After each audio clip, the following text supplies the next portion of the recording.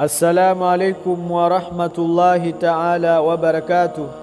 Ndugu zangu watukufu wapenzi wa Allah, leo tena tarehe 26 mwezi wa 6 2026, taasisi yenu ya Umoja wa Maimamu na Walimu wa Madrasa Tanzania Umata chini ya mwenyekiti wake Sheikh Arif Suria pamoja na uongozi wake Umata Taifa, akiwemo Sheikh Yahya Mkumba, Sheikh Abu Aiman, Sheikh Amiri Mbwana, Sheikh Kamna, Sheikh Abu Hafsa.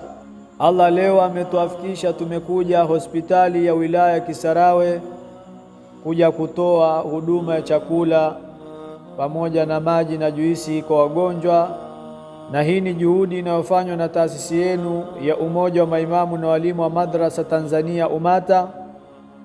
Allah subhanahu wa ta'ala anatukumbusha sana katika juhudi hii.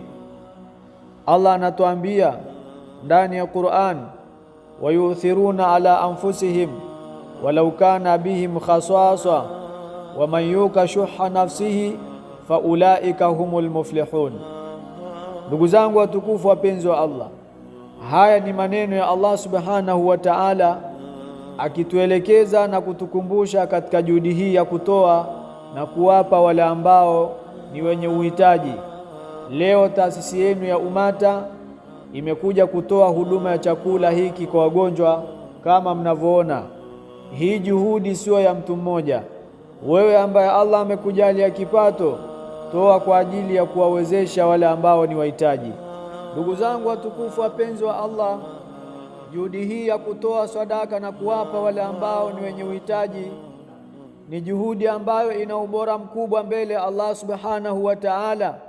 Na Allah subhanahu wa ta'ala anatuambia, inna rahmatallahi karibu minal muhsinin, hakika rehma ya Allah iko karibu na watu wanaofanya wema.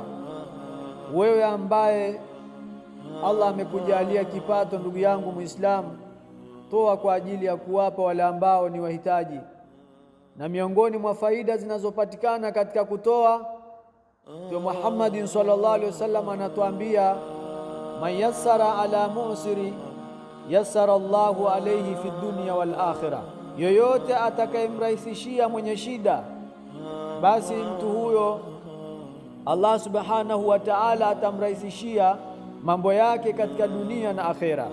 Angalia faida kubwa inayopatikana ndugu yangu Muislamu katika jambo la kutoa. Kwa hiyo ndugu yangu Muislamu, tunakukumbusha, toa kwa ajili ya kuwapa wale ambao ni wenye uhitaji, lakini pia changia kwa namba zinazopita hapo chini, sisi tutafikisha. Jazakumullahu khair wa ahsan jazaa fi darain. Shukran.